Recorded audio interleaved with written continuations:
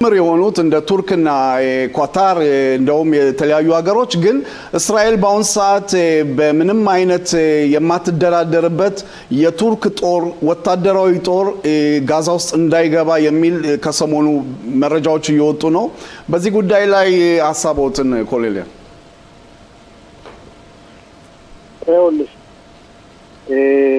ቱርክ ለዚህ ስምምነት ትልቅ ሚና ተጫውታለች። በጣም ወሳኝ የሆነውን ሚና ተጫወተችው ሐማስ ወደዚህ ስምምነት የመጣበት የቱርክ መንግስት በተለይ ጃፋር ረድዋን ትልቅ ተጽዕኖ ስላደረጉ ነው። ስለዚህ በስምምነቱ ውስጥ ቱርክ አለችበት። ሆኖ ግን እንደምታውቀው በስምምነቱ መሰረት ቱርክ ብቻ ሳይሆን የተለያዩ የዓለማት ሀገራት ያሉበት ኮማንድ ፖስት በቅራት ጋት አካባቢ አለ። እሱም ስራውን ለመስራት እየተዘጋጀ ነው። ስራውና ዋናው ስራው የሚሆነው ግን አንደኛ ሐማስ መሳሪያውን ማስፈታት ነው። ሁለተኛ አዛን መልሶ የሚገነባና ሌላ አካል ማቋቋም ነው። ስለዚህ በአሁኑ ሰዓት ሐማስ የሚያደርገው በጣም ረቂቅ በሆነ ሁኔታ ጊዜ ለመውሰድ እስራኤልን ለማንበርከክ እኔ አልሞትኩም ለማለት ህዝቦቹን ጭራሽ ለህዝቡ ለአዛዝ የማያስብ አረመኔ ስለሆነ በሁሉም ላይ ድራማ ነው የሚያደርገው። ድራማው እንደቀጠለ ነው። በየቀኑ እየተጫወተብን ነው። ዛሬ አግኝቻለሁ ብሎ የራሱን የሞቱትን ወታደሮች ይልካል። የኛ መርማሪ ተቋማት መርምረው የኛ አይደለም ይላሉ። ምን ጊዜም የማያደርገው ነገር የለም። ነገር ግን በአሁኑ ሰዓት እንደምታውቀው በአዛ ውስጥ 4 ክፍለ ጦሮች አሉን። 162 በመካከለኛው አዛ፣ 98 በራፊያና በሃኒውነት፣ 99 በሰሜን አዛ ይገኛሉ።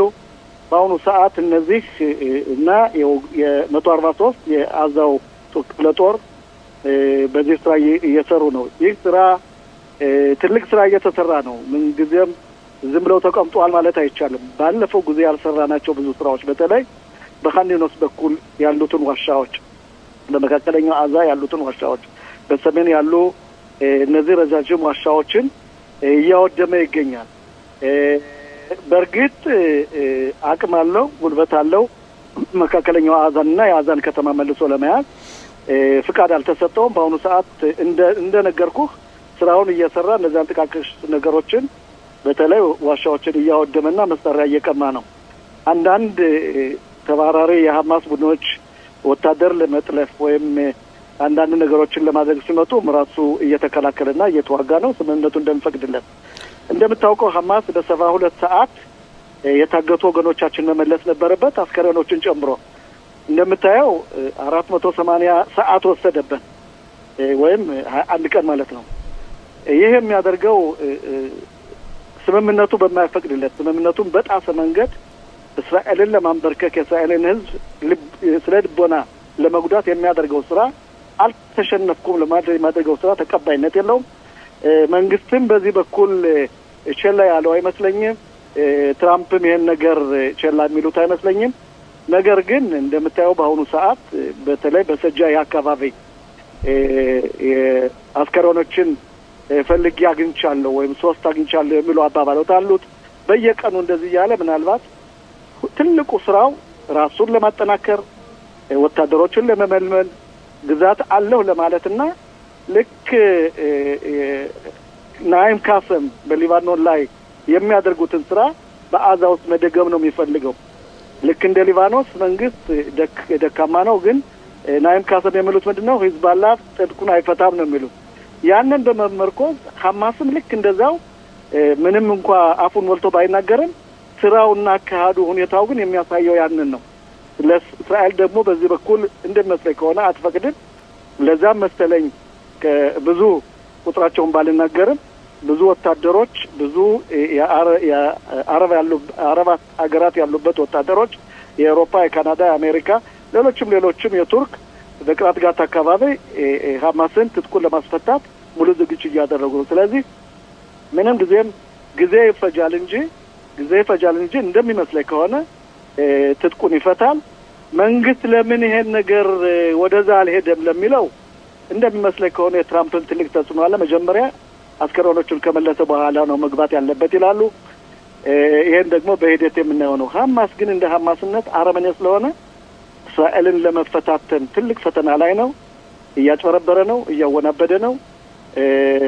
እስራኤልን ህዝብና መንግስት ትልቅ መሰናክል እየሆነው ነው። ስለዚህ እንዳለ ሆኖ ወታደሩ መካከለኛው ማለትም እነዚህ ክፍለ ጦሮች በአዛ ተቀምጠው የደቡብ እዝ ስራውን እየሰራ ነው። ይሄ ደግሞ እንግዲህ ከቀን ቀን የምናየው ስለሆነ አስቀድሜ ምን ይሆናል የሚል አባባል መናገር አልፈልግም።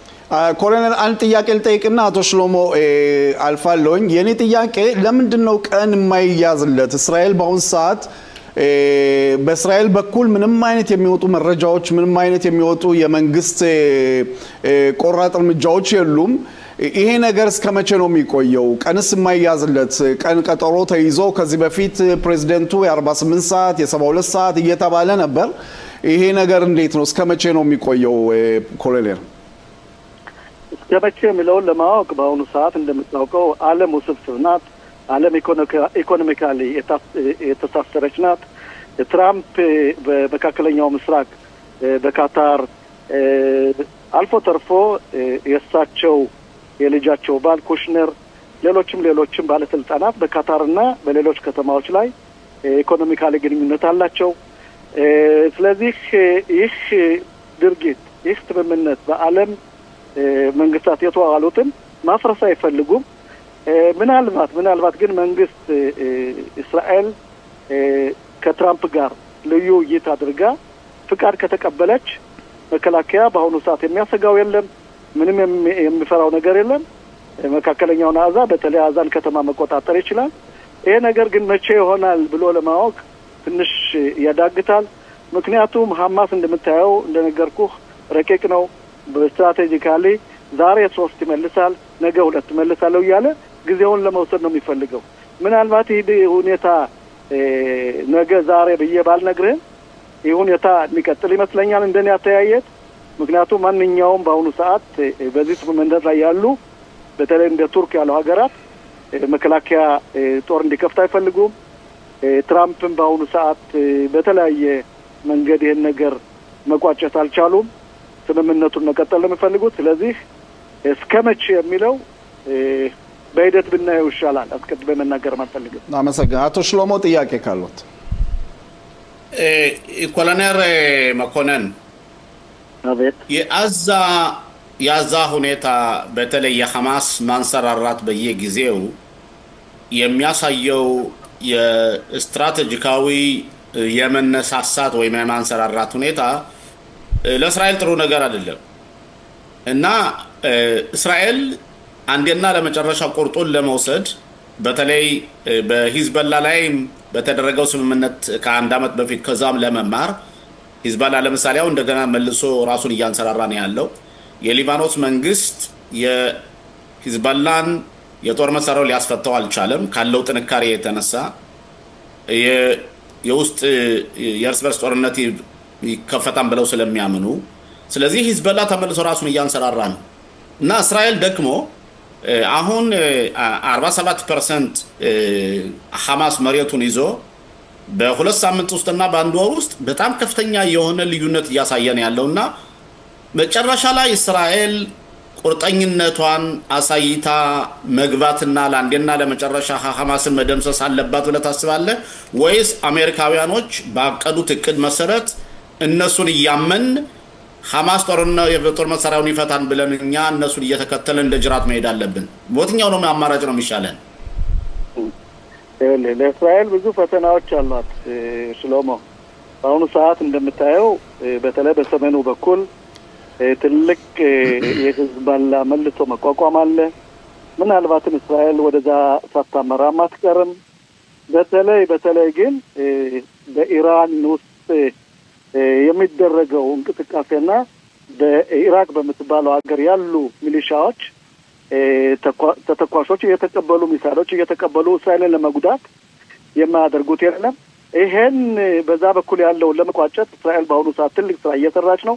ያዛው እንዳለ ሆኖ ማለት ነው። ያዛው እንዳለ ሆኖ ሌላ ትኩረት አላት ለእስራኤል መካከል እንደምታውቀው በተለይ 36 የሚባለው ብርጌድ ክፍለ ጦር በሰሜኑ በኩል ይገኛል። በዛም በኩል ትልቅ ስራ አለብን። በተለይ በኢራቅ በኩል ያሉ ሚሊሻዎች እነዚህ ተወርዋሪዎችና ሚሳይሎችን ከተቀበለች በቀላሉ ወደ እስራኤል ሀገር ከባድ የሆኑ መሳሪያዎችን መተኮስ ስለምትችል ይሄን ነገር መቋጨት አለብን። በሁሉም በኩል እንዋጋለን የሚል አቋም የለኝም። በአዛ በኩል ያለው 53% ምድሩን ስለያዝነ ከሞላ ጎደል ሐማስ ምንም እንኳን ጊዜውን ይውሰድ እንጂ የታገቱ ወገኖችን እንዲመለስ በተለይ በአደራዳሪዎች ተጽዕኖ ሊሆን ይችላል። ስለዚህ እንደምታውቀው ኢራን የምታደርገው ሁቲው ቀርቶ በደቡብ ሱዳን በኩል የምታደርገው ዝግጅት በኢራክና በሊባኖስ በመካከል የምታደርገው እንደገና መልሶ ማንሰራራት ለእስራኤል ፈተና ስለሚሆን ይሄን መቋጨት ስላለባት መንግስት በአሁኑ ሰዓት ትኩረቱ በሰሜኑ በኩል ነው ማለት ይችላል። ለዛም መሰለኝ የመከላከያ ሚኒስተሩም ሆነ ጠቅላይ ሚኒስተሩ ትልቁ ፈተናችን በሰሜን በኩል ነው የሚሉት። ስለዚህ የሰሜኑ በኩል እንደምታየው የሊባኖስ መንግስት ሂዝቦላን መሳሪያውን ማስፈታት አልቻለም በስምምነቱ መሰረት። እሱም እያንሰራራ ነው። ዛሬም 4 ኮህ ራድዋን የሚባለውን በተለይ ወታደሮች ልዩ ኃይሎች ዛሬ እስራኤልም ደምስሳለች፣ ትላንትም ደምስሳለች፣ ከነገ ወዲያም ትደምስሳለች። ስለዚህ ይሄ ነገር ተመልሶ በሰሜን በኩል ስጋት እንዳይሆን ያንን መቋጨቱ እና ወታደራዊ አካላችን በዛ በኩል ማጠንከሩ ይሻላል በሚል እንጂ የአዛ ምናልባት ጊዜ ይፈጃል እንጂ አዛም መከላከያ በቀላሉ የሚቆጣጠርበት ጊዜም ደርሷል። የሚያሰጋን ነገር በአሁኑ ሰዓት የለም። ስለዚህ ነገሮችን በጥሞና ማየትና ሰፋ አድርጎ ማየት ስለሚያስፈልግ ለዛም መሰለኝ መንግስት የሚያወለውለው። ግን ትልቁ እምነታችን ትራምፕ የወሰኑት ውሳኔና ስምምነት ከሞላ ጎደል እንደሚሳካ አልጠራጠርም። ኮሎኔል መኮንን ተስፋ አቶ መኮንን አቶ ሽሎሞ ቃጠር ያለ ጥያቄ ጊዜ አንተ ይሄ እኮ አሁን የሆነ የቻለው እኮ አቶ መኮንን ትራምፕ እኮ የወሰነው ውሳኔ ወተቱን ድመት ጠባቂ ያደረገው ማለት ምንድነው? ሐማስን የሚቆጣጠሩት ኳታሮችና ቱርኮች ናቸው። ስለዚህ እነሱ እኮ አንድ ናቸው እኮ እንዴት ተብሎ ነው ቱርኮችና ኳታሮች እጃቸውን ለኛ ሰጥተው ወይም ደግሞ ከኛ ጋር ሆኖ ሐማስን የጦር መሳሪያ ይሄ እኮ የማይሆን ነገር እኮ ነው አቶ መኮንን። እኔ በጠይቀው ጥያቄ ይገባኛል፣ ግን አንድ የምትማመንበት አለ። ለምን ይሄ ኮማንድ ፖስት የሚመራው በአሜሪካ ክፍለ ጦር መሪነት ነው። ስለዚህ በአሜሪካ ክፍለ ጦር፣ በካናዳ፣ በእንግሊዝ፣ በፈረንሳይ ያሉ ወታደሮች ምንም እንኳን የቱርክና የካታር ወታደሮች የሚኖሩበት እንጂ የግብጽ የሳውዲ ያሉበት በተለይ ይሄን አኺማ ሙስሊም የሚጠሉ ሐማስን ትጥቁን ለማስፈታት ብቃት አላቸው፣ አቅም አላቸው፣ ሙሉ ድርጅት ስላደረጉም የሚታከም ይመስለኛል። መቼ የሚለውን ባላውቅም ሐማስ ትጥቁን ይፈታል። ሌላ ገዥ በተለይ በቶኒ ብለር የሚመራው ቡድን አዛን መልሶ ለማቋቋም ስለሚችል ጊዜ ወስዳል እንጂ ነገር መሆኑ አይቀርም። ለዛ መሰለ መንግስት ትንሽ እዚህ ላይ ትግስት ያለው ምንም እንኳን አንዳንድ የመንግስት አካላት መልሰን እንዋጋ እንግባ አሁን የሚያስፈራ ነገር የለውም ቢሉም ነገሮችን በሰከን ባለ ሁኔታ ማየቱ ይመረጣል። ምክንያቱም ትኩረታችን የሚሆነው ቀደም ሲል እንደነገርኩ ሽሎሞ በሰሜኑ በኩል ነው። ያንን መቋጨት አለብን። ያ ትልቅ ስጋት አለው። እንደምታውቀው መሳሪያውም ከባድ ነው። በተለይ ኢራን ተወርዋሪዎች ብዙ ጉዳት ለሚያደርሱ እንደምንዳየነው እነሱን መቋጨት በኢራቅም ሆነ በተለያዩ ቦታዎች በሱዳንም ሆነ የእስራኤል መደበኛ ስራ ሊሆን ነው ማለት ነው በአሁኑ ሰዓት። ኮሎኔል መኮንን ተስፋ ለሰጡን ማብራሪያ በጣም አመሰግናለሁ። መልካም ሳምንት ኮሎኔል። መልካም ሳምንት ለእናንተም። ደህና ቆዩልኝ። የህግ ባለሙያ አቢ ቢተውም እንደዚሁ ጤና ይስጥልኝ። የህግ ባለሙያ አቢ ቢተው ጤና ይስጥልኝ። አቢ ጤና ይስጥልኝ። ጤና ይስጥልኝ። አቶ ሽሎሞም ከኔ ጋር አሉ። መልካም ሳምንት እየተመኘን እንግዲህ የህግ ባለሙያ አቢ ቢተው ከሰሞኑ አነጋጋሪ የሆነው የወታደራዊ አቃቢ ህጓን ባስመለከተ በተለያዩ ሚዲያዎች እንደዚህ ሲሰራጭ ሰንብቷል። እንግዲህ ለተመልካቾቻችን ትንሽ ማብራሪያ ይሆናል ብዬ ያሰብኩት ምንድነው የወታደራዊ ህግ አቃቢ ህግ የሥራ ድርሻው ምንድነው? አቶ አቢ እንግዲህ ወታደራዊ አቃቢ ህግ ልክ እንደ ሲቪል አቃቢ ህግ ሁሉ መንግስትን ወክሎ በመንግስት ደረጃ ወታደሩን ወክሎ ሁሉንም ነገሮች በህጋዊ መንገድ እንዲካሄዱ መከታተል ማስፈጸም የመሳሰሉትን ስራዎች መስራት ይሆናል ማለት ነው። ይህም እንግዲህ ሁለት ኃላፊነት አለው። አንደኛ ራሱ በወታደር ዓለም ውስጥ የሚሰጥ ስልጣን ስለሆነ እያንዳንዱ ስልጣን ወንበር ላይ የተቀመጠ ደግሞ የመንግስትን መንግስት ህግ እንዳያዛባ ነገሮች ያለ ቁጥጥር እንዳይሆኑ መቆጣጠር መከታተል ማስፈጸም ይገባል። በዚህም አንዱ ዋናው የመንግስት ታማኝ የወታደር ታማኝ ነው ማገልገል ነው። ሌላው አንፃር ደግሞ ልክ ለምሳሌ የህግ ጠበቃዎች የሀገሪቱን ህግ ከመጠበቃቸው በተጨማሪ የህግ ጠበቃ በመሆናቸው የፍርድ ቤት የመስሪያ ቤቶች እንደ ሰራተኛ ሆኖ የሚታዩ። ስለዚህ እንደዚህ ያለ ጥፋት ለምሳሌ የህግ ጠበቃዎች ሚስጥር ካወጡ አንድ ነገር ካባከኑ ራሱ የህግ ጠበቃው ሀገር አቀፍ ተቋም ሊያስከታቸው ይችላል። ምክንያቱም የሚስጥሩ ባለቤት ያ ባለሚስጥሩ ነው እንጂ ህግ ጠበቃው አይደለም። በዚህ አጋጣሚ ደግሞ የአቃቢ ህግ ደግሞ ከፍተኛ ኃላፊነት አለበት ማለት ነው። ስለዚህ ይሄን ጉዳይ ሚስጥር የሚያወጣ ከሆነ ነገሮች የሚያባክን ከሆነ ከፍተኛ ቅጣት ይገባዋል። ምክንያቱም ሚስጥር አውጥቷልና። እንግዲህ የህግ ባለሙያ አቢ ቢታው በዚህ ሁኔታ ላይ ከሰሞኑ እንግዲህ የወታደራዊ አቃቢ ህጓ ይፋት ቶሜር የሩሻልሚ ከሰሞኑ ከስራቸው እንግዲህ ገበታ ወርደዋል። የዚህም ዋናው ምክንያት የሆነው ከዚህ በፊት ሾልኮ የወጣ የወታደሮች እንግዲህ ባደረጉት የተለያዩ ጉዳዮች ላይ በምርመራ ላይ ነው ነገሩ። ሆኖም ግን የሳቸው ስራ ትክክል አይደለም ከስራው ጋር አይስማማም በሚል ነው እንግዲህ የመከላከያ ሚኒስትር ከስራቸው ያወገዷቸው።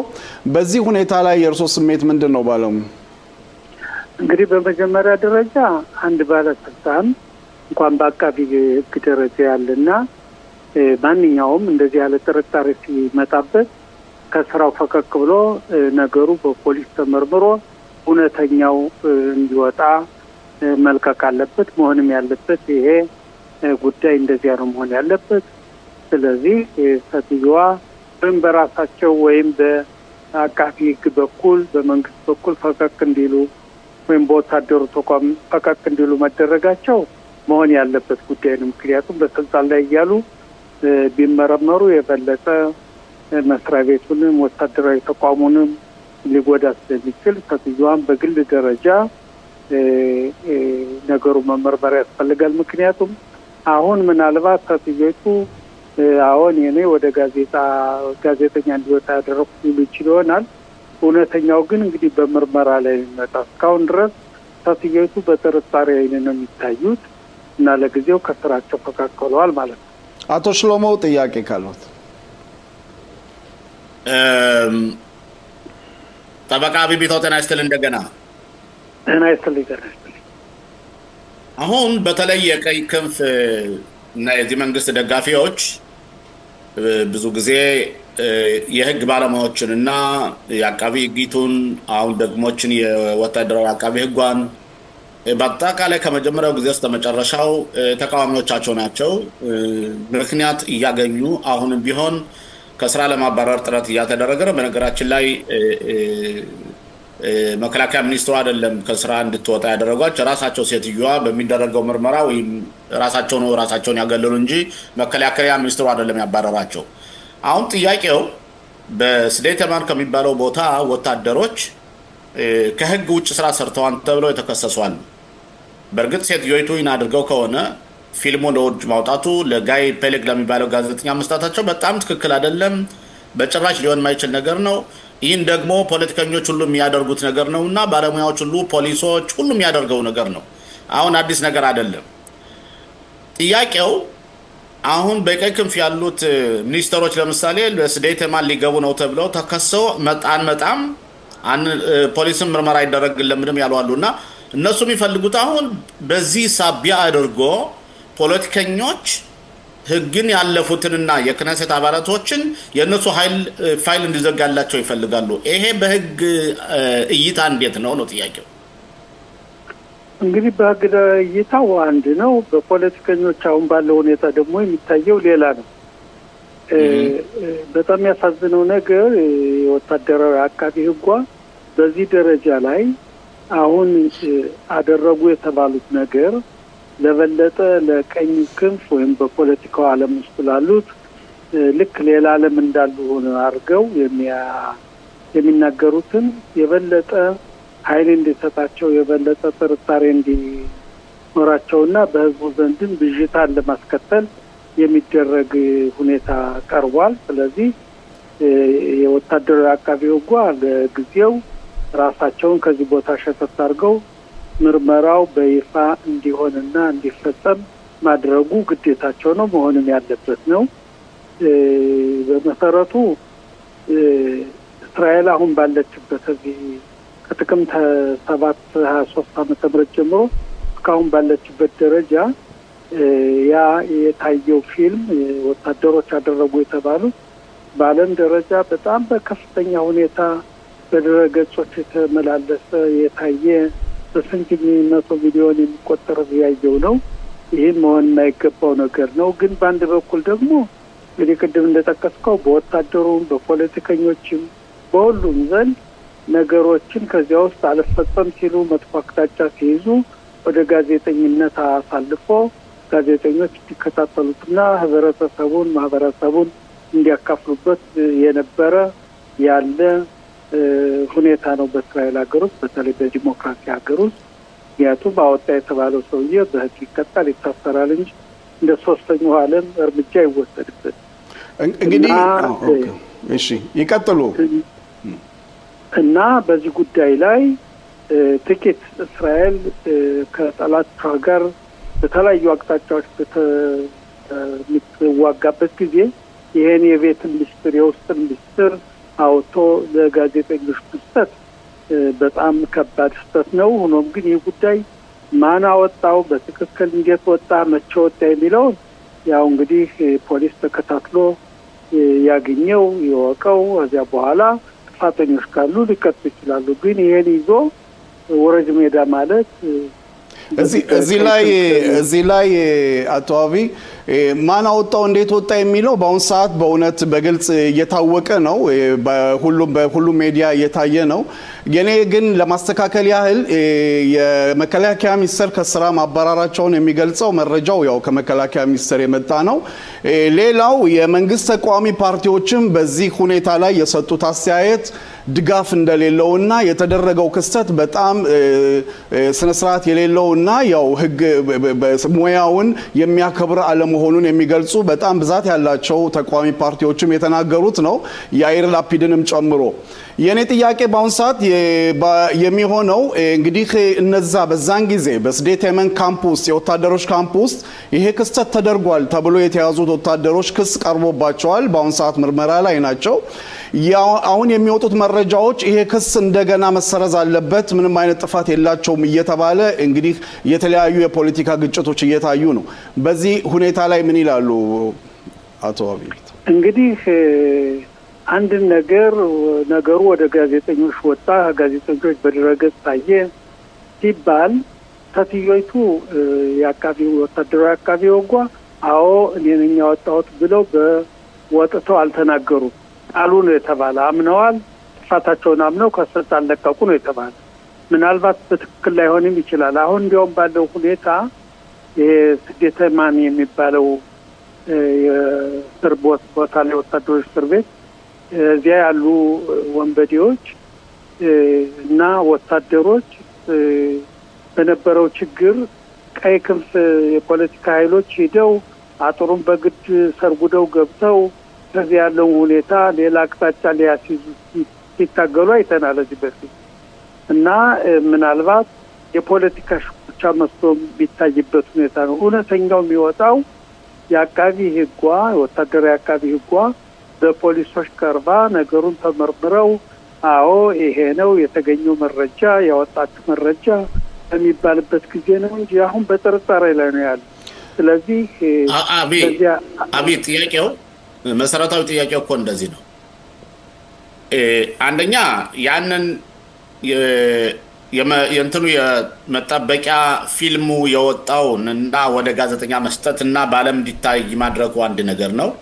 ለምሳሌ ሴትዮይቱ የተጠረጠሩት ይሄ ነው። ያ ብቻ ሳይሆን ማን ነው ያወጣው ተብሎ ፊልሙን በሚጠየቅበት ጊዜ ለከፍተኛ ፍርድ ቤቱና ለባጋት እቺ ሴትዮ የወታደራዊ አቃቢ ህጓ ዋሽታለች እኔ አላደረኩም አይታወቅም ማን ለጋዜጠኛ እንደሰጠው ተብለው ታጽፈር የሚባል ወይም እንዴት ነው የሚባለው የቃለ መሐላ ደብዳቤ ጽፈው ዋሽተዋን ነው ፍርድ ቤቱን ሁሉ ዋሽተውታን ነው ያንዱ። ስለዚህ የዚህ አቅጣጫ አንድ ነው። ጉዳዩ እየተመረመረ ነው። ነገሩ ግን ማለት ነው እነዚህ ወታደሮች አሁን ለፍርድ የቆሙት ይህን ተድራጎት አድርገዋን ተብለው ተጠርጥረው ነው። ማለትም ተህግ ውጭ ስራዎችን ሰርተዋን ተብለው ተጠርጥሮና ያን ፊልም ደግሞ አለ ኦቴንቲክ ፊልም ነው። ስለዚህ ይሄ ሁሉ ጅምብር ለምን ነው ጥያቄው አቶ ፋሲል አቶ አቢቢ ይቅርታ።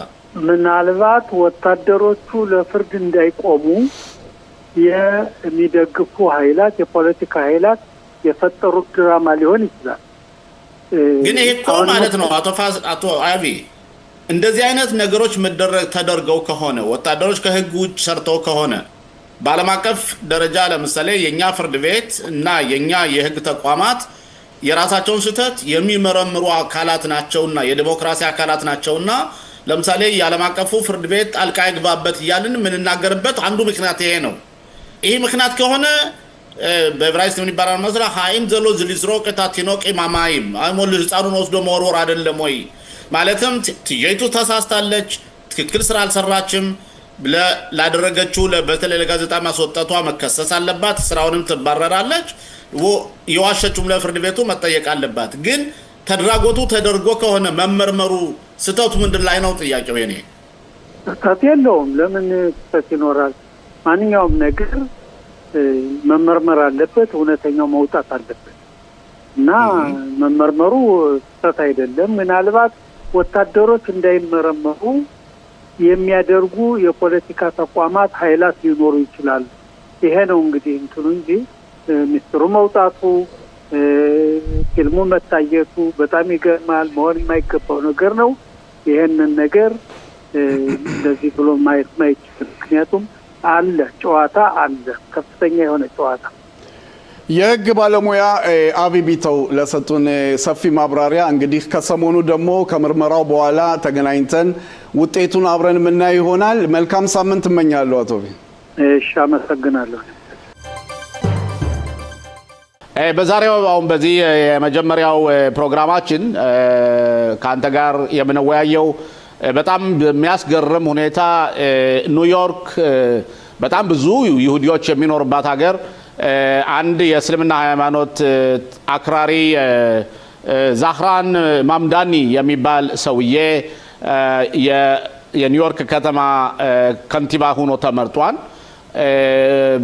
ከዛ ብቻ ሳይሆን በተለያዩ ከተማዎች እንደ ቨርጂኒያ ኒው ጀርሲ እንደዚሁም ሜይን የተለያዩ ቦታዎች ደግሞ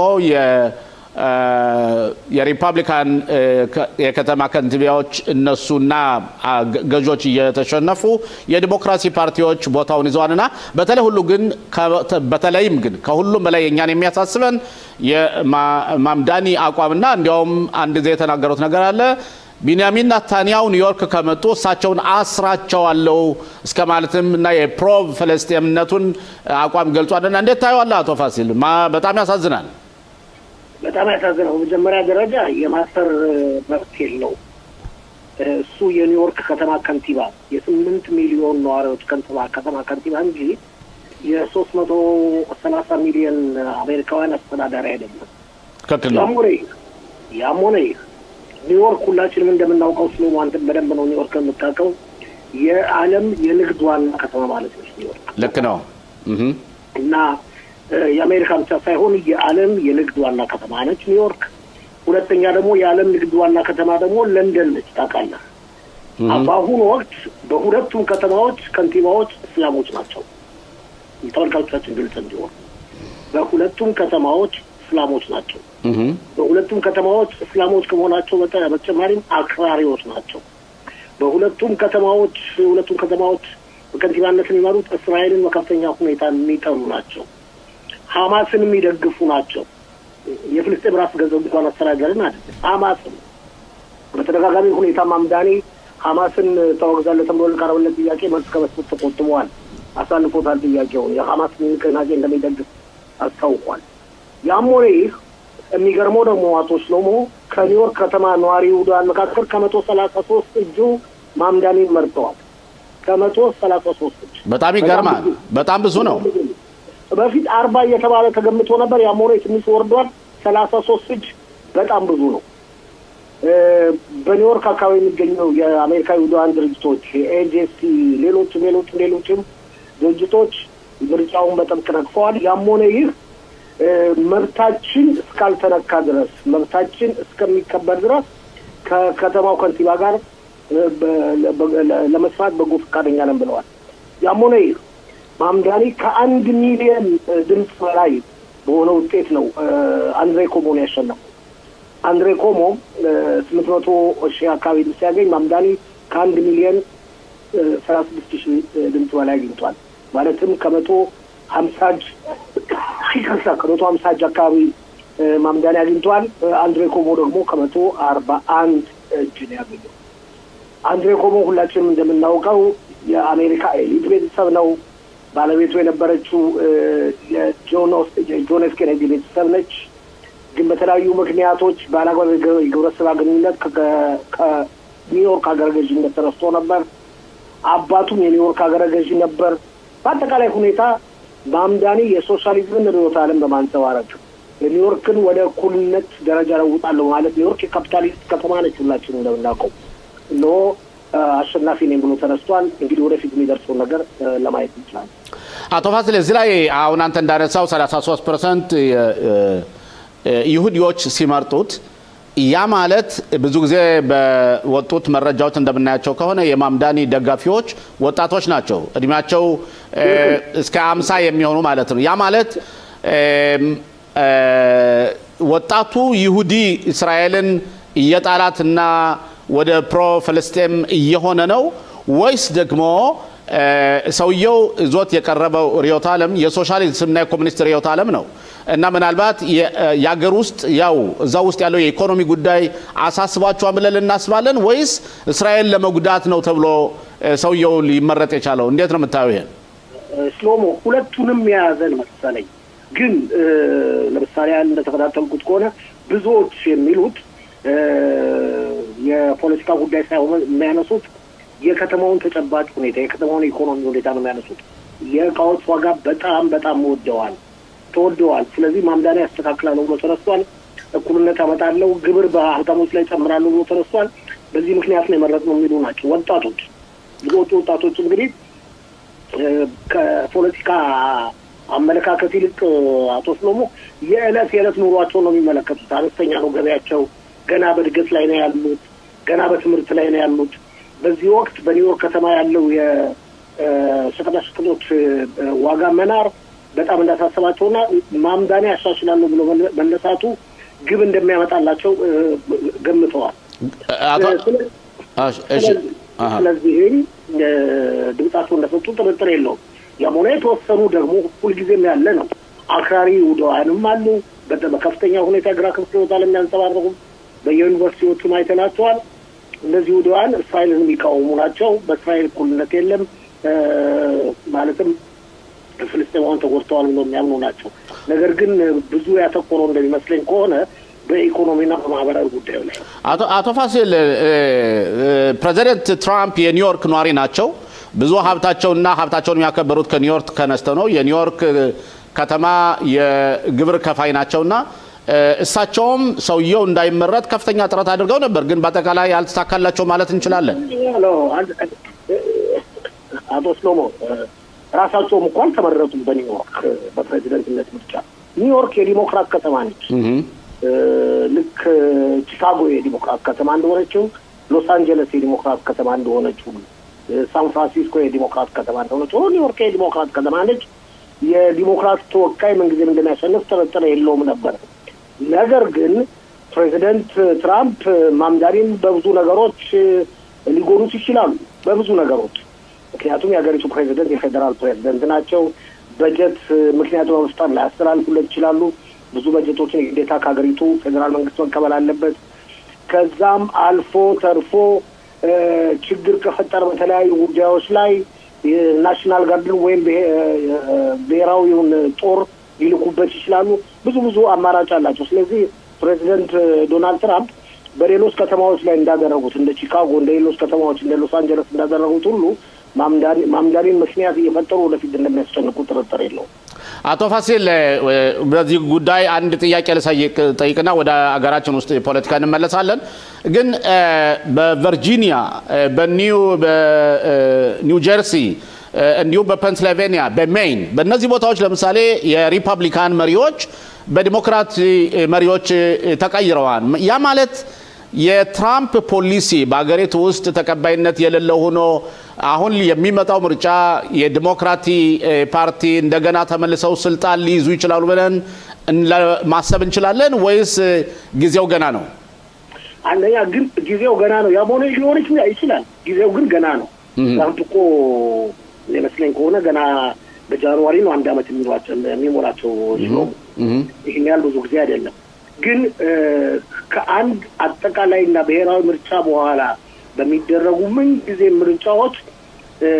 ተሸናፊ የነበሩና ተቀናቃኝ የነበሩና ተቀናቃኝ ሆነው ተሸናፊ የነበሩ ፓርቲዎች ምን ጊዜ እንደሚያሸንፉ አሜሪካ ግልጽ ነው የታወቀ ሂደት ነው ስለዚህ አዲስ ነገር አይደለም አቶ ፋሲል ለመደምደሚያ ያህል የኔን ሐሳብ ልስጥህና ትክክል ነው አይደለም እኔ እንደማስበው ከሆነ ማምዳኒ በጠቅላይ ሚኒስትራችን ቢንያሚን ኔታንያሁ ላይ ምንም አይነት መሰረታዊ የሆኑ ነገሮች ያላቸው እኛን ጠቅላይ ሚኒስትር ለማሰር ወይም ለማስቆም ህጉ አይፈቅድላቸውም እሳቸው የኒውዮርክ አስተዳዳሪ ናቸው የፌደራል መንግስት አስተዳዳሪ አይደሉም ከዚህ ውጭ ደግሞ ትራምፕ ደግሞ ለፌደራሉ መንግስት ሚኒመም የሆነ ባጀት ነው እንጂ ለኒውዮርክ አንሰጥም ብለዋል ይህ ከሆነ የአሜሪካ ሀብታሞች ደግሞ ገንዘባቸውን ይዘው ወደ ሌላ ቦታ ሊፈረጠጡ ይችላሉ ማለትም ሀገሪቱ የሶሻሊስት ሀገር የምትሆን ከሆነ የካፒታል አመለካከት ያላቸው ሰዎች ላይኖሩ ይችላሉ ኒውዮርክ ይሄስ ኢፌክት ይኖረዋል ወይ ትክክል ነው እንደውም እንደሚባለው ወደ ፍሎሪዳ መሄድ ጀምረዋል ነው የሚባለው ስለዚህ ትክክል ነው የኒውዮርክ ከተማ የሆኑ ሀብታሞች ከተማውን ለቀው ይታችል ሊወጡ ይችላሉ ምክንያቱም ከፍተኛ ግብር ሊጣልብን ይችላል በሚል አመለካከት እንደዚህ ነው የሚማጸው ኦኬ በዚህ መውደት እየተከታተልን ለወደፊቱ የምናየው ይሆናል የኒውዮርክ በተለይ ይሁዲዎች እዛ ስለሚኖሩና የተለያዩ መሰረታዊ የሆኑ የፕሮ እስራኤል ድርጅቶችም ስላሉ ጉዳዩ በጣም ያሳስበናል እንከታተላለን ሌላው ወደ አገራችን ጉዳይ እንመለስና አቶ ፋሲል ምርጫው በጊዜው ሊሆን ነው ወይስ ሊቀድም ይችላል ምክንያቱም ስሞትሪች የገንዘብ ሚኒስትሩ የስራ ባልደረቦቻቸውን ጠርተው በሁለት ሳምንት ውስጥ ባጀቱን ማስተላለፍ ስላለብን በመንግስት ባጀት አቅርቡ ብለዋል ለ2026 እና ባጀቱ ካለፈ መንግስት እድሜውን ሊጨርስ ይችላል ነው ወይስ ምርጫው ሊቀድም ይችላል እንዴት ነው የምታስበው አሁንም አቶ ስሎሞ አንተ በፊት ፖለቲከኛ ነህ ታውቀዋለህ ትክክል ነው አሁን ያልከው ነገር ግን አሁን ባጀት ያልፋል ብሎ መፈከሩ ባጀት ማለት አይደለም ታውቃለህ አዎ ገና ነው በመንግስት ደረጃ ማለት ነው ከመንግስት ነው ወደ ክነሴት የሚሄደው ብዙ ጊዜ የማያልፈው ክነሴት ላይ ነው እስከ ማርች 31 ቀን 2026 ዓመተ ምህረት ድረስ በጀቱ ማለት አለበት አዎ በጀቱ ቢያልፍም ምርጫው ሊቀድም ይችላል እንግዲህ ምርጫው ኖቬምበር አካባቢ ይደረጋል ተብሎ ነው የሚገመተው ግን ሁሉም የሚሉት ምርጫው ሊቀርብና ሊቀድም ይችላል ስለዚህም ያሁኑ ክኔሴት ከፍተኛ ትኩረት የሚያደርገው ፖለቲካ ሁኔታዎችን ማሯሯጥና የክኔሴት አባላት ሚናቸውን በትክክለኛ ለህዝቡ ለማሳየት ማድረግ ነው በተለይም የሊኩድ ፓርቲ አባላት ፕራይመሪ ስላላቸው እየሰራን ነው የሚለውን አመለካከታቸውን ለማሳየት ከፍተኛ ጥረት እያደረጉ ነው። ስለዚህ እንደኔ አመለካከት ኖቬምበር ሳይሆን ከዛ በፊት ሊቀርም ይችላል የሚል አመለካከት አለኝ። ጠቅላይ ሚኒስትሩ አማራጭ ካገኙና አዛን በማስመልከት ጥሩ ውጤት ካገኙ ከሳውዲ አረቢያ ጋር የሰላም ስምምነት ላይ መድረስ ሁኔታ ከተፈጠረ ምርጫውን አስቀድመው ይሄው ህዝቡን በሚገባ አገልግያለሁ፣ ጦርነቱ ሙሉ ለሙሉ አሸንፊያለሁ የሚል መግለጫ ማግኘት ብዙ ድምጽ ለማግኘት እየሞከሩ ነው። አሁን ወቅት በተለያዩ ግምታዊ ጥናቶች እንደሚታዩት ከሆነ የሊኩድ ፓርቲ እየተጠናከረ ነው። እርግጥ ግምታዊ ጥናቶቹ በግራ ክንፍና በቀኝ ክንፍ ፓርቲዎች የዜና ማሰራጫዎች የተለያዩ ቢሆንም ያም ሆነ በአጠቃላይ ሁኔታ ስንመለከተው ምርጫው ሊቀድም ይችላል። ስለዚህም ሁሉም ፓርቲ አባላት በመሯሯጥ ይገኛሉ። ያው ከጠዋት ጀምሮ ለምሳሌ እኔ በሰንሰት ያለው ተጨባጭ ሁኔታ ስከታተል ቆይቻለሁ። ለምሳሌ ያህል ብንጠቅስ የከስታባል ክሊና ታመኑ ሸቴል የኢትዮጵያ ውዳንን ከፖሊስ ጋር ያላቸውን ግንኙነት በማስመልከት አጣሪ ኮሚቴ እንዲመሰረት ያቀረቡት ሀሳብ በጥምሩ መንግስት አባላት ውድቅ ሆኗል። ስለዚህ እያንዳንዱ አመለካከቱን ለመተግበር ከፍተኛ ጥረት ማድረግ አቶ ፋሲል አሁን እንደሚባለው ከሆነ በዛሬው ዕለት የፍርድ ቤት የወታደራዊ አቃቢ ህጓን ፓጻሪት የምትባለውን እሷን የስር ጉዳዩን አስረዝሞባታል። ግን ተራዝሟን ግን የሷ የሥራ ባልደረባ የነበረው ግን ተለቋን። ግን እንደሚባለው ከሆነ የተያይዞ አሁን ጉዳዩ በጣም እስራኤል ሀገር ህዝብ የሷ ተድራጎትና ድርጊት ህዝቡን ስላስቆጣው ቢንያሚን ኔታንያሁ ምርጫ ቢወጡ በሷ ጀርባ ብዙ ድምጽ ያገኛሉ ያሉ የሚጠብቁ ሰዎችም አሉ። በዚህ ምክንያት ሊሄዱ ይችላሉ ወደ ምርጫ ብለህ ታስባለህ ወይስ አይመስልም? ይሄ እንኳን የፖለቲካ አመለካከት ነው። ግን ይሄን በማስመልከት እንደኔ አመለካከት ብዙ ዓመት ፖለቲካ ተነስተን ቆይቻለሁ። እንደኔ አመለካከት ጠቅላይ ሚኒስትሩ በዚህ ረገድ ለምርጫ ይወጣሉ የሚል አመለካከት ለጊዜው የለኝም። ነገሩ ወደፊት የምናየው ነው። እንግዲህ በጌቱ ለን ደግሞ የጦር ኃይሉን አቃቤ ህግ ሴትዮዋን የሜጀር ጀነራል ጉዳይ በማስመልከት ተጨማሪ ውይይቶች እንደምናደርግ ጥርጥር የለኝም።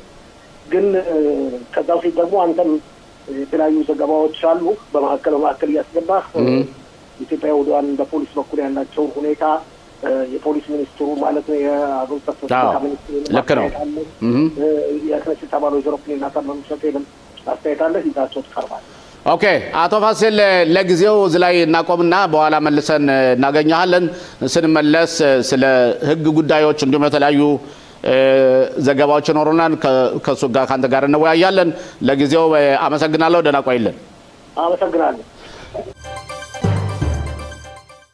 አሁን ይሄን ፕሮፌሰር ኖቱን ራሱ ለመያዝ አንዱ ክራይቴሪያ ያ ነው። መካር ተወዳድረ ማሸነፍ አለበት ግራንት ይባላል። እርግጥ እሱ ሁለት ጥቅም አለው። አንድ የሰውየውን ችሎታ ለመገምገም፣ ሁለት ዩኒቨርሲቲው ከዛ ገንዘብ ያገኛል። ከሚመጣው ገንዘብ አንድ 30% ገቢ ይሆናል። አለ ዩኒቨርሲቲው 30% ትኩራ ይላሉ። ትኩራ ነው የሚባለው። ትኩራ እንዳለ ብዙ ጊዜ ምናቀው ትኩራ 10% 8% 5% እኛም እኮ እናውቀዋለን። እኔን በጀት ሲመደብ ትኩራ ተብሎ ይቀራል። በኢትዮጵያና ሁሉ ጊዜ እንደዛ እኮ ነው። አሁን ኤሪያ የሆነ በጀት እኮ ሲመጣ በኢትዮጵያ ይቀራል። እንደውም ትኩራ 90% ሊሆን ይችላል። በመዘጋጃ ቤቶች 90% ሊሆን ይችላል። እና እነዚህን ሁለት ነገሮች አስተምራል። ሌላ ደግሞ አዲስ የጀመርነው ፕሮግራም አለ። የዛሬ 4 ዓመት ቶፍሴ ኦሪት የሚባል ምናልባት አንድ ቀንም ውይይት ይኖራል። ኦሪት ጋርዲያንስ የሚባል አሁን እሱ ፕሮግራም የጀመረችው ፕሮፌሰር ዳሊት የምትባል ጓደኛ ያለች ከኔ ጋር እሷ ባይብል ዲፓርትመንት ነው የምትሰራውና ለምን አስፈለገ እሱ ፕሮግራም? አሁን እዚህ ሀገር ያሉ ቄሶች ቁጥራቸው ትንሽ ነው። ኢትዮጵያ ተምረው የመጡት ከኢትዮጵያ ተምረው የመጡት እና 18 15 እንደዛ ያህል ቢሆኑ ነው። ሌሎቹ ካሁን በፊት ታዋቂ የነበሩት ያው ያለፈው አሁን ወጣቶች ነው የቀሩት።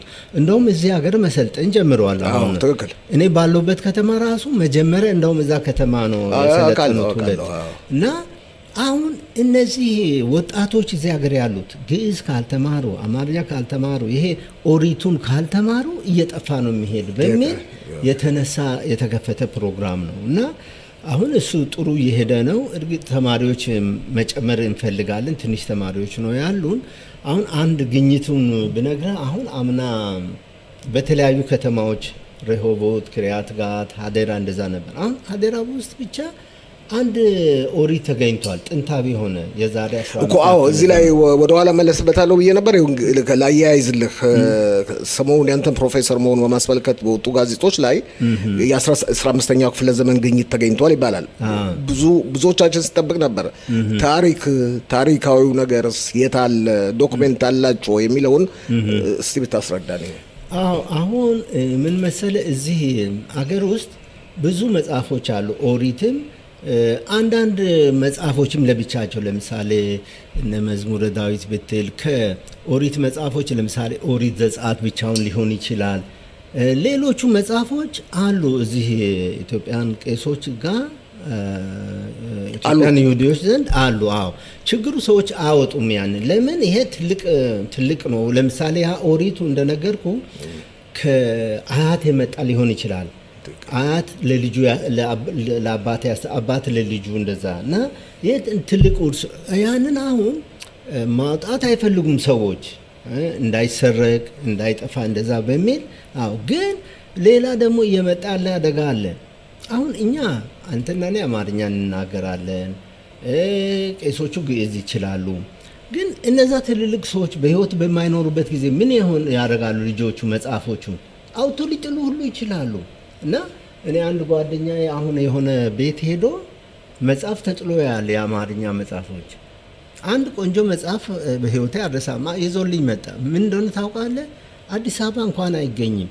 የግዕዝ መዝገበ ቃላት መች ይገኛል? የአለቃ ኪዳነ ወልድ ክፍሌ የድሮ 980 ገጽ ያለው ኢንሳይክሎፒዲያ ማለት ነው። እሺ ይሄን እዚህ ሀገር ተጥለው ነው እዚህ ሀገር ልጆች ምን ልጆቹ አማርኛ አነቡማ ምንም አረቡማ። ስለዚህ ምን ያደርጋል ብሎ አውቶ ሲጥሉ ወሰደ የተወሰኑ መጽሐፎች እነዚህ ይጠቅሙኛል ብሎ ከዛ እኔ ያንን ስጠኛ አልኩና ተቀበልኩ። ይጠቅመኛል አሁን ለኔ በጣም እሱ መጽሐፍ እና ለሌ ፈለኩ ወደፊት እኮ እንደዛ ነው የሚሆነው። ልጆቹ ያው በዛ ባህል ያደጉ ቢሆን ኢትዮጵያ ቢሆን ያስቀምጣሉ። ይሄ አባቴ መጽሐፍ ነው እንደዛ ሊሉ ይችላሉ። ግን እዚህ ከቋንቋ ተነጥሎ ያደጉ ስለሆነ አሁን ቤተሰብ አንድ ነገር አባት እናት በህይወት ከሌሉ አውጥቶ ይጥላሉ። ኢቭን ሌሎቹም እኔ እኮ ኢትዮጵያን ምሳሌ ያመጣው እንጂ ከፖላንድ የመጡ ሰዎች ናቸው እንበል ወይም ከራሻ እነሱ ጋርም እንደዚህ ነው። አሁን እና እንደዛ ነው። ኦኬ እዚህ ላይ ስንመለስ አንድ ያልከው አባባል አለ። ዕብራይስጥንና የአማርኛን ተቀራራቢነትም እያጠናችሁ ነው። ምን አገኛችሁ እስካሁን ድረስ? እርግጥ ምን መሰል እንዳልኩ ዕብራይስጥና አማርኛ በጣም የተራራቁ ቋንቋዎች በጣም የተራራቁ ሴሜቲክ አይደሉ እንዴ? ምን ያህል ሴሜቲክ ናቸው። ግን ችግሩ ምን መሰለ ለምሳሌ አሁን ትግርኛ ብትወስድ ግዕዝ ብትወስድ ምንድነው ይሄ ክላሲካል ሴሜቲክ የሚባል አለ። የሴሜቲክ ስነ ስርዓት ይዞ ነው የሚሄድ። አማርኛ ግን ችግሩ ምንድነው ከሌሎች ቋንቋዎች ጋር ተነካክቷል። ከኦሮምኛ ጋር ከሌሎችም የኩሽቲክ ወይም የሴሜቲክ የሃሚቲክ ቋንቋዎች ኢቭን ከኦሞቲክም ተገናኝቶ አሁን ጥሩ ምሳሌ የሚሰጥ ግዕዝ ውስጥ አረፍተ ነገር የሚጀምረው በግስ ነው የሚጀምረው። እስቲ ለምሳሌ ሆረ ዳዊት ሀበ ኢየሩሳሌም ዳዊት ወደ ኢየሩሳሌም ሄደ የሚል እና አሁን በመጀመሪያ ነው ያለው። እርግጥ ከጊዜ ብዛት እሱም ቀይሯል አቀማመጡን በአማርኛውም የተነሳ ሊሆን ይችላል። ስለዚህ በግስ ነው የሚጀምረው። ኦኬ ግን አማርኛ ግን ቨርቡ መጨረሻ ነው የሚመጣው። ግን ዳዊት ወደ ኢየሩሳሌም ሄደ ነው የምትለው። እርግጥ ግሱን ወደ መጀመሪያ ልታመጣ ትችላለህ። ሄደ እኮ ዳዊት ወደ ኢየሩሳሌም ግን ያ በምንድነው በአንዳንድ ሁኔታዎች ነው ሀድጋሻ የሚሉት አለ። ኤምፋሳይዝ ለማድረግ ስትፈልግ ፎከሲንግ የሚሉት ነገር አለ። በዛን ጊዜ ነው ያረፍተ ነገር አደራደሩን የምትቀይረው። ግን ይሄ ዲፎልት የሚሉት ቤዚክ ፖዚሽኑ ምንድነው ሁሉ ጊዜ መጨረሻ ነው ግሱ የሚመጣው። እና ያ የሆነው በምንድን ነው? በኩሽቲክ ቋንቋዎች ነው። አሁን እኔ እንዳጋጣሚ ሲዳምኛ ይችላል። አሁን ግሱ መጨረሻ ነው የሚመጣው። ቃላት እንኳን ሳይቀሩ መደበኛ የሚባል ቃላት ሳይቀር አማርኛ ከኩሽቲክ ወይም ሀሚቲክ ቋንቋዎች ነው የወሰደው። ለምሳሌ ውሃ በብዙ የሴም ቋንቋዎች ሜምና ዩዳ አለው። ማይ ከን በትግርኛ ማይ ነው። በግዕዝም እንደዚሁ ማይ ነው። በአረብኛ ሞያ እንደዚህ ይላሉ። በዕብራይስጥ ማይም በአማርኛ ውሃ ነው። ለምን?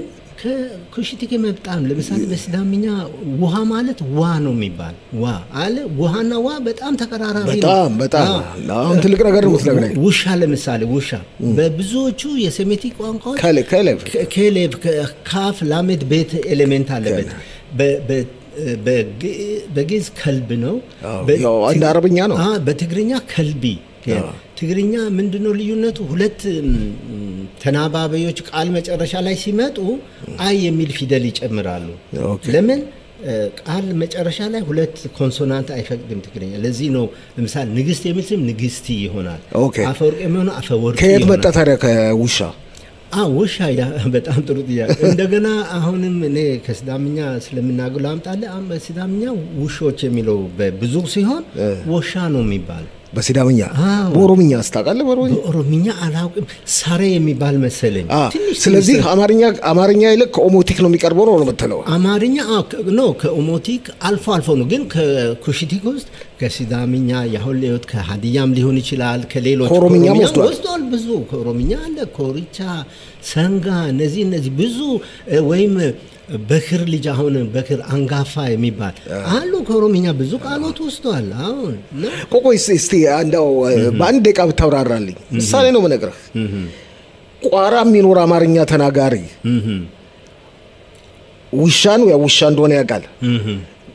እንግዲህ ከኩሽቲክና ከኦሞቲክ በጣም የራቀ ነው። እንዴት?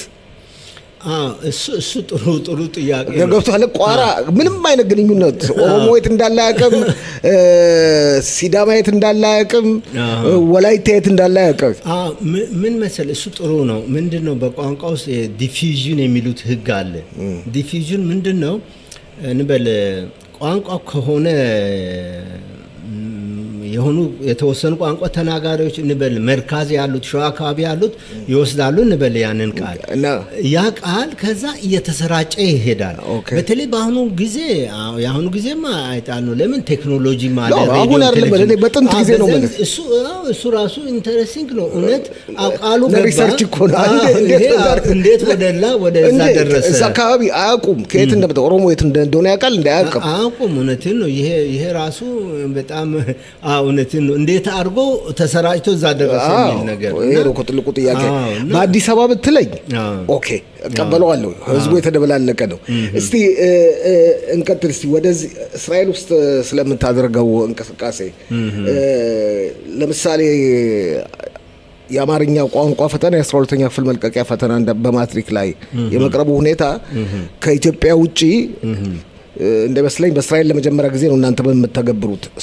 ለተወልካቾቻችን እሱ እኔ ከዚህ ዩኒቨርሲቲ ያስተማርኩ ያለው በተለይ ሂብሩ ዩኒቨርሲቲ ለተጨማሪ ምክንያቱም እንዳልኩ ስራው ሰዓቱም እየቀነሰ ስለሄደ እኔ አማርኛም አስተምር ነበር በተለያዩ ሃይ ስኩሎች። እኔ በጣም ብዙ እንደው በሺህ የሚቆጠሩ ተማሪዎች አስተምሬያለሁ።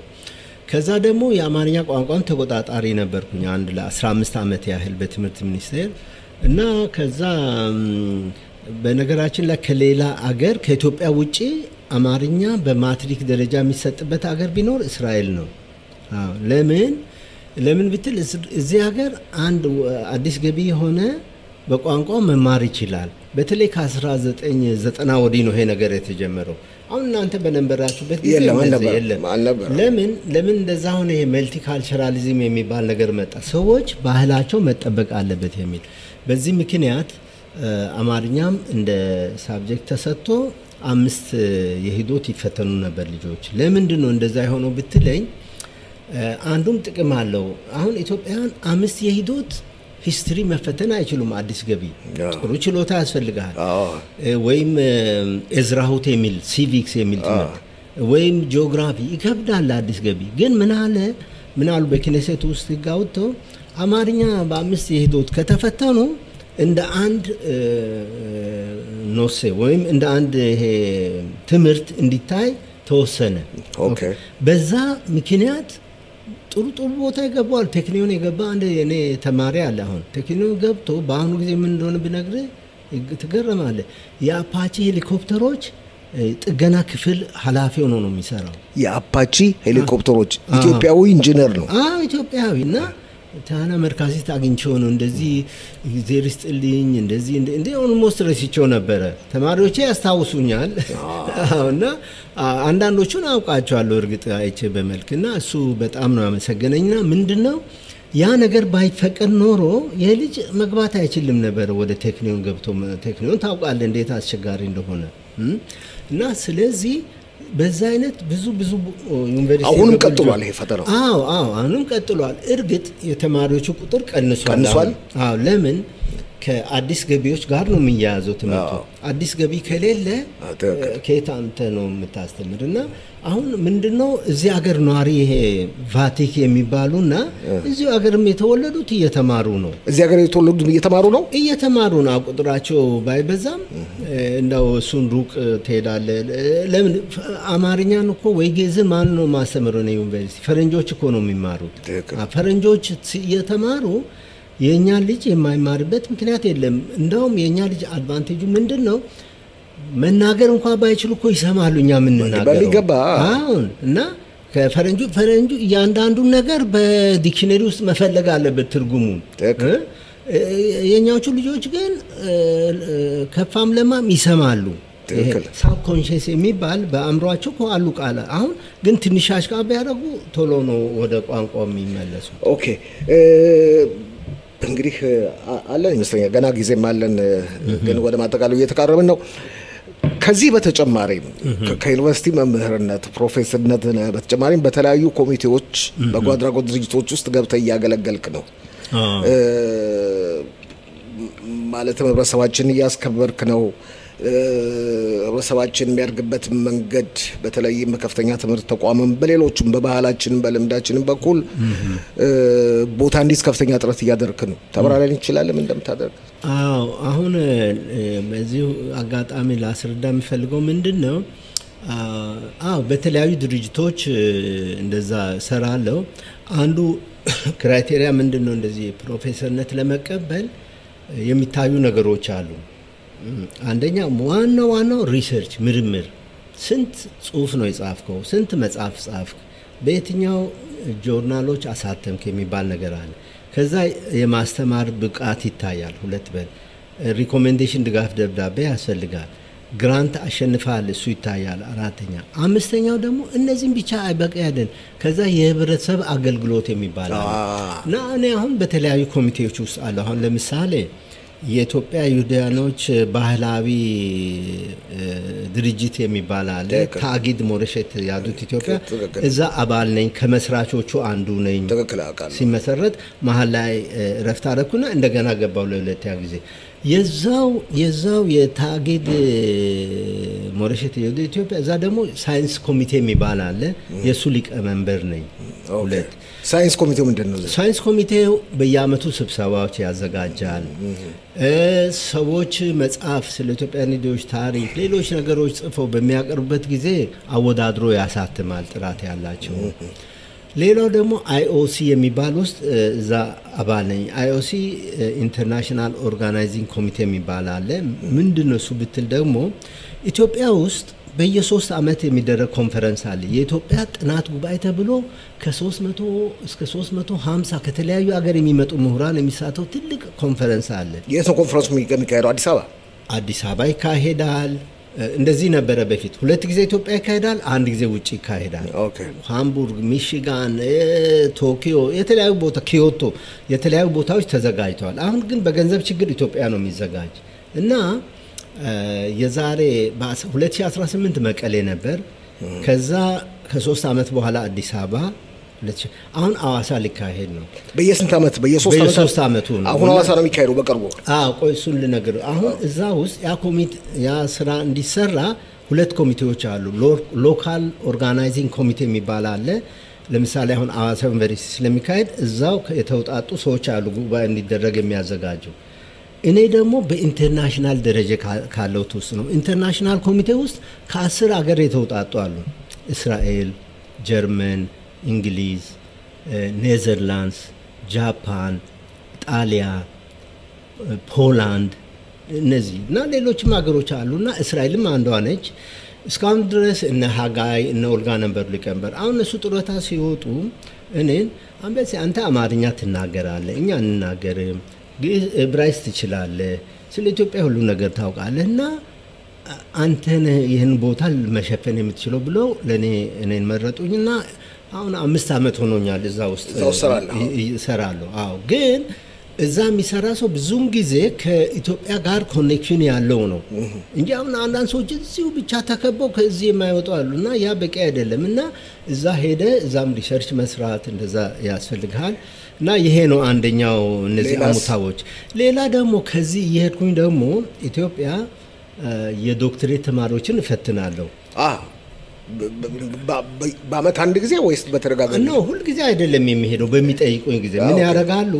2 ተማሪዎችን እፈትናለሁ ቢያንስ የ2 ተማሪዎች ስራ ይላክልኛል። አንዱ ተማሪ ስንት እንደሚጽፍ ያው በሊንጉይስቲክ ነው። በሊንጉይስቲክስ ነውና ወደ 350 ገጽ ነው የሚጽፉት። 400 በእንግሊዝኛ አንድ ተማሪ ያንን አነባለሁ፣ ጥያቄ አዘጋጃለሁ፣ አስተያየት ካለ አስተያየትን አዘጋጃለሁ። ከዛ በሚጠሩኝ ቀን እሄዳለሁ። ከዛ በፒኤችዲ እና ኢቭን ኤምኤ ህግ ኦራል ዲፌንስ የሚባል አለ። ማለት ያ መመረቂያ ጽሁፍህን ዲፌንድ ማድረግ አለብህ። ከሰዎች ከተሰበሰብኩበት መስቀልኛ ጥያቄ ትጠየቃለህ። ከዛ እኔ ያዘጋጀሁትን ጥያቄ ከዛ ከዩኒቨርሲቲም የሚወጡ ሰዎች ይመጡና ከዛ ቁጭ አድርገን እንጠይቋለን። እዚህ ገጽ ላይ እንደዚህ ብለህ ነበር፣ ምንድነው አብራራ፣ ይሄ እንደዚህ ብለህ ነበር፣ ይሄ ስህተት ነው ማስተካከል አለብህ፣ እንደዛ ያን ከዛ ነጥብ ይሰጠዋል እና ያ ነው ስራው ማለት ነው። እና በየአመቱ 2 ተማሪ እርግጥ ሁሉ ጊዜ አይደለም፣ በ3 አመት አንድ ይጠሩኛል። አሁን እርግጥ ቆሟል። ለምን? በፊት ዩናይትድ ኔሽንስ ነው የሚሰጠው በጀቱን አቁሞት ሊሆን ይችላል። እዚህስ በከፍተኛ ትምህርት ኮሚሽንም ሰራለህ?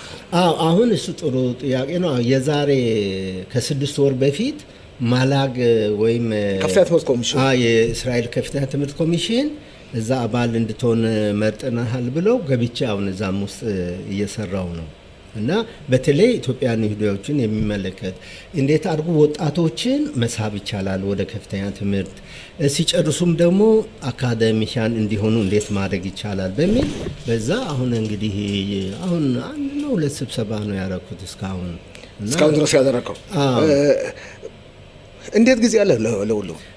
እንግዲህ ማብቃቃት ያስፈልጋል። ግን ደግነቱ ምን መሰለ፣ የዩኒቨርሲቲ ስራ ሁሉ ቀን አይደለም የማስተምረው፣ 2 ቀን ነው። 2 ቀን በሳምንት 2 ቀን ነው። ሌሎቹም ቀኖች አልሰራም ካልኩ ኳስ መጫወት እችላለሁ፣ አላድግም ካልኩ እንግዲህ ግቦችን ቤትስ አዘጋጅተህ እንደዛ ይቻላል። ግን ለማደግ ሰው መቼም ሆኖ ማደግ የማይፈልግ የለም። ለዛ በሚል ሪሰርች ሰራለሁ። ምርምር ካልሰራ ማደግ አትችልም እና ሁሉ ጊዜ ደግሞ አዳዲስ ነገሮች ማየት ያስፈልጋል እና ለዛ በሚል እና ይበቃል ጊዜ ይበቃል። እንደዛው ከበቃ እስቲ አሁን ፕሮፌሰር ለመሆን ግዴታ ሪሰርች ማድረግ አለብን፣ የሰራነውን ነገር ማሳየት አለብን ብለሃል። እስቲ አንዱን ከሰራሃቸው ስራዎች ፕሮፌሰርነት ያበቃ ምንድነው? ከሰራሃቸው ይሄ ነው ብዬ ለመጥቀስ አስቸጋሪ ነው። 1-2ቱን ልጥቀስልህ ብቻ። በነገራችን ላይ ዛሬ ወደ ፕሬዝዳንቱ ቤት ተጋብዤ እየሄድኩ ነው። ኦኬ። እና አሁን ለሱ 2 ጽሁፎች አዘጋጅቻለሁ ይዤ የሚሄደው ነው። ኦኬ። አንዱ ለምሳሌ የሰራሁት ነገር ምንድነው ብትል ቅድም የነገርኩህ በዕብራይስጥ አማሪክ መውብረተት የሚባል አለ። ሂብራይስጥ አማሪክ የሚል አሁን የራሳችንስ ምን ነጋገራለን እሱን ወደ 30 ገጽ የሚሆን ምንድነው አርቲክል ጽፌ ያለው የምርምር ጽሁፍ። ኦኬ። 2 ጽፌ ታትሟል ኦሬዲ። አንዱ እሱ ነው። አንደኛው ለምሳሌ የኢትዮጵያ ይሁዲዎች ስም አወጣጥ የሚል እሱ ላይ ሰርቻለሁ።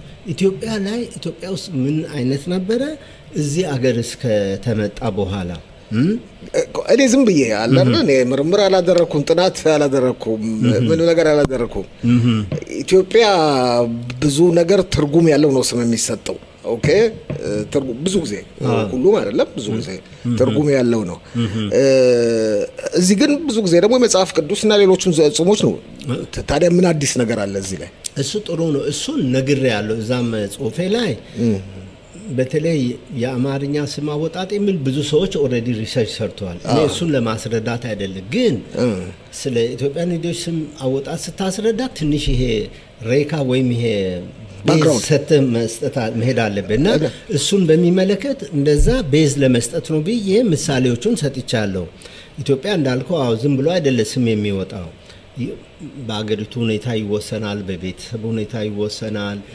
ኢትዮጵያ ደግሞ ስም የሚሰጥ አንድ ሰው ብቻ አይደለም አባትና እናት የሚሰጡት ቋሚ ስም ይያለ አጎታ አንድ ስም ይሰጣል አክስት አያትና እነዛን ሁሉ ማስረዳት አለብኝ ገብቷል አንተና እኔ እናውቃለን ቋንቋተነ ግን ያንን ጽሁፍ የሚያነብ ሰው ሌላ እንበል የውጭ ሀገር ሰው ሆነ ስለማያውቅ አሁን ለምሳሌ አንድ ሌላ ምሳሌ የሚሰጥ አሁን ኢትዮጵያ ውስጥ የቤተሰብ የሚባል ስም የለም ቀደም ከይደው ያሰብኩት ጥያቄ ነበር እሺ ስሜ አንበሴ ነው አባቴ ስም ተፈራ ነው አሁን ትልቅ ልጅ አለኝ ያሬድ የሚባል ኢትዮጵያ ቢሆን ያሬድ አንበሴ ነበር የሚባለው ያሬድ ተፈራ ነው የሚባለው አሁን ያሬድ ተፈራ ነው የሚባል ለምን ሸሚሽፓ የሚባል እዚህ ሀገር ነው የተጀመረው ቆቆ ይሄ እርግጥ ከፖድካስቱ ውጪ ሊሆን ይችላል እንደው በአንድ ደቂቃ ይሄንን ምርምር የሚያደርገ ሰው አለ ለምን እንደዚህ እንደሆነ በመላው ዓለም በብዙ ጊዜ በመላው ዓለም የተወሰነ ለምሳሌ በአረቦች እንኳን ተድ የነገድ በነገድ ስም ነው የሚጠሩት እሱ ልክ ነው ኢትዮጵያ አሉ ሪሰርቾች ተደርጓል የኢትዮጵያ ደግሞ ምን መሰለ ይሄ ብዙ ጊዜ ይሄ ፓትሪያርካል የሚባል አለ በወንድ እንደዛ መስመር በአባት መስመር እስከ 7 ቤት ድረስ ነው እስከ 7 በነገራችን ላይ እሱ በሰሜን ብቻ ሳይሆን በደቡብም እንደዛ ይቆጥራሉ እስከ 7 ይልም ከዛ ኢቭን እስከ 14ም ይሄዳሉና እኮ ለምን በአባት ብቻ ለምን ፋሚሊ ኔም የለም በኢትዮጵያ ምርምር የተደረገ ካለ እንደዛ በጣም ጥልቅ የሆነ ምርምር የለም ግን የቤተሰብ የለም እንደዚህም ሊሆን ይችላል ብዙዎቹ ግን የሚያስረዱት ኢትዮጵያ የሌለበት ምክንያት በነገራችን ላይ ኬንያ አለ ዩጋንዳ አለ ሌሎች ብዙ የአፍሪካ ሀገሮች ፋሚሊ ኔም ለምንድን ነው ከእነሱ ቅኝ ተከጆች ነበሩ ኦኬ ኢንፍሉዌንስ ሆኑ በቅኝ ግዛት እኛ ስላልነበርን ቀረ ማለት ነው ያ ነው አሁን ለምሳሌ ብዙዎቹ የመጀመሪያ ስሞች ሌሎች አፍሪካ ሀገሮች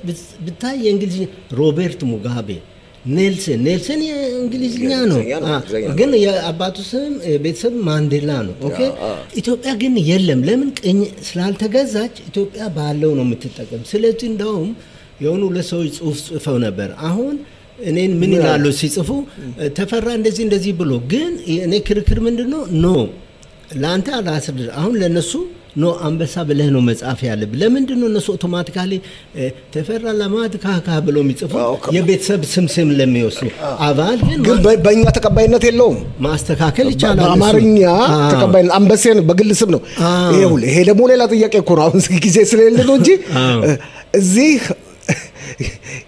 ኦኬ ፋሚሊ ኔም እንዴት የለም ኢትዮጵያ ተነጋገር አይደል እዚህ ደግሞ በሚጠቀሙበት ጊዜ ለምሳሌ በምትጠራበት ጊዜ በፋሚሊ ኔም ሊጠሩ ይችላሉ በአውሮፓ ማለት በሌሎች ሀገር በእኛ ግን በፋሚሊ ኔም መጠራት ማለት በአባት ስም መጠራት አልተለመደም በአባት ስም አይጠራም እሱ ቆይ ልንገር ፋሲል አንድ ነገር አለ አሁን እሱም ለማስቀረት እየሞከር ነው በተለይ አሁን የኢትዮጵያን ባህል የሚያውቁ እንደዚህ ነጮች ወይ ምዕራባውያኑ ሰዎች ያንን ነው የሚጠቀሙት ለምሳሌ አሁን እዚህ መጽሐፍ መጨረሻ ላይ ይሄ ዋቢ መጽሐፍት የሚባል አለ ቢብሊዮግራፊ ሲጻፍ ዋቢ መጽሐፍት ወይም ሬፈረንስ ሁሉ ጊዜ የአባት ስም ወይም ፋሚሊ ኔም ይቀድምና የቤተሰብ ስም ከዛ የግል ነው የሚጻፈው ለምሳሌ ተፈራ እንደዛ መጀመሪያ ፎርም ስትሞላም እንደዚህ ነው ቆይ ግን እኔ አሁን እንደዛ ሲያረጉ ለማስተካከል ሲሞክሩ ነው አታስተካክል ለምን ሲሉ ኢትዮጵያ ውስጥ ፋሚሊ ኔም የለም አብዬ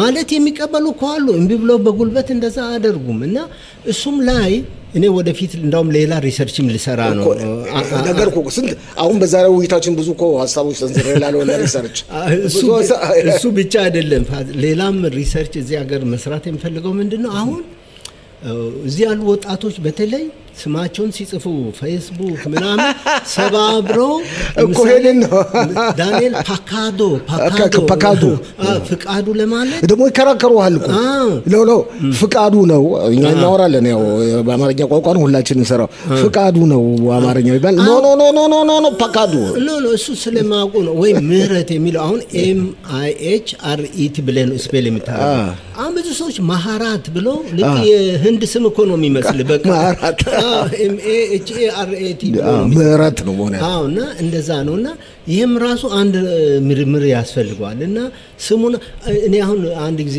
የሆነ ፊልም ነው እንደዚህ አይቼ ልግባ አልኩኝና አበሻ መሆኑን ይታየኛል ልጁ ግን ስሙ ግን ምን በሉ ተጽፏል ዮሴፍ ዋሴ ነው ለማባሴ ባባብ ስለሆነ ነው ገብቶኝ አንተነኔ በደንብ ይገባናል እኮ ዋሴ አሁን እንደዚህ ነው ብሎ ቢጠሩት እኮ ፈረንጆ ማለት እዚህ ሀገር ያለው እስራኤል ግን ስለማያውቅ ያንን እንደዚህ ነገሮች እኛም ደግሞ ስለማናቅ ሆነን ነው እንጂ ማስተካከል አለ ለምሳሌ ሲጠሩኝ እኔ ለምሳሌ ፋሲል ለገሰ ነው አይደል የሚባለው አባቴ ስም ሽብሩ ነው ግን በፋሚሊ ኔም እዚህ ሀገር ቀይረው ነው ለገሰ ነው የሚባለው ላጋሳ ነው የሚሉት ላጋሳ ወይም ሉጋስ ይላሉ እንደ ሞሮኮ አይኖች ወደዛም ይወስዳሉ እና እኔ እሱም ላይ በቃ አንድ ነገር ማድረግ ይቻላል ዝም ማለት እኔ ራሴ አንድ ጊዜ መስራት አፕኒ መሄጀ ለሆነ ጉዳይ ወረቀት ላይ በብራይስ ስምን ጻፉና ከዛ በእንግሊዝኛ ታምፓራ ብሎ ጻፉ ታምፓራ ተፈራ የሚለው ታምፓራ ኖ እንደዚህ ነው በምንድን ነው የምታውቀው ይቅርታ አድርግልኝ እኔ እንደዚህ አስተምራለሁ እንግሊዝኛ በደንብ አውቃለሁ ሲል ለጓደኛ እንግሊዝኛ የሚናገር ኢትዮጵያ አሁን ቀስቀስ ይያሉ ይተውታል ተዋቸው ወደ ማጠቃለሉ እየተቃረብን ነው እንግዲህ በመጀመሪያው ላይ ጠይቀህ ነበር ትንሽ በአንድ በሁለት ደቂቃ ያህል ብትገልጽልኝና ከዛ ማጠቃለያ አንተ የራስን ሐሳብ እንድሰነዘር ፈልጋለሁ ምከረም ምንም ሌሎችም ለወጣቱ ትውልድ በተለይ ከሰራቸው ስራዎች ጥናታዊ ስራዎች እንግዲህ ብዙ ጥናታዊ ስራዎችን ሰርተሃል እዚህ ደረጃ የሚያደርሰ አንዱ ትልቁ ነው ብለህ የምታደንቀው ምንድነው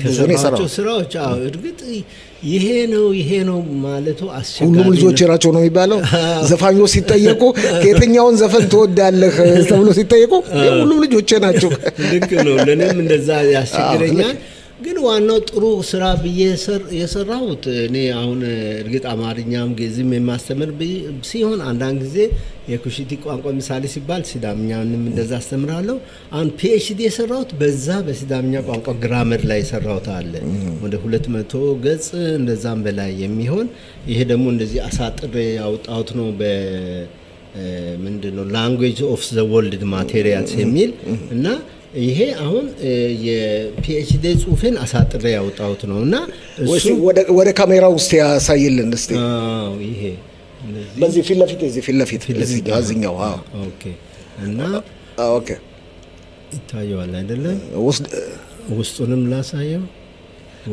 ገልብጠው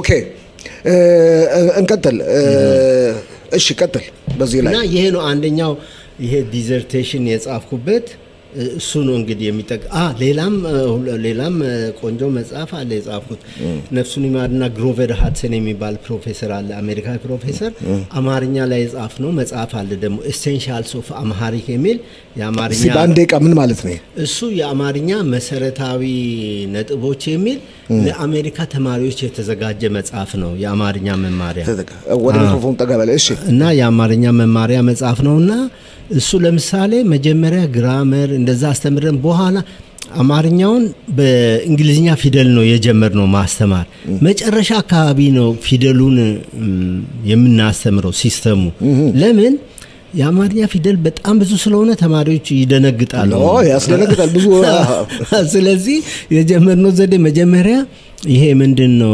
ትራንስሊትሬሽን የሚባል አለ ለምሳሌ መጽሐፍ ስትል MAS ምናምን ብለ የምትጽፈው ነገር አለ አይደለም በዛ አርገን ቀስ ይያል ነው ፊደሎቹን የጀመርነውና ያሁን የዛሬ 14 አመት እንደዛ ነው የወጣው ግን በጣም ቆንጆ መጽሐፍ ነው እዛ ላሉ ተማሪዎች እዚህም ያሉትም እንደዛ እንደ ሬፈረንስ ይጠቀማሉ እና ይሄ ነው ሌላ ደግሞ አንድ ከሁለት አስተማሪዎች ያወጣነው መጽሐፍ አለ ደግሞ እንደነው አንዲት የራሺያ ቋንቋ ተናጋሪ የፈረንሳይኛ የስፓኒሽ እኔ የአማርኛ አራት ሆነን ያወጣነው ዩኒቨርሲቲ አስተማሪዎች የአዲስ ገቢዎች ቋንቋ በእስራኤል ሀገር የሚል አሁንና እንዴት ነው የሚሰጡት ትምህርታቸው ሲላበሱ ምን ይመስላል ችግሩ ምንድነው በእያንዳንዱ ቋንቋ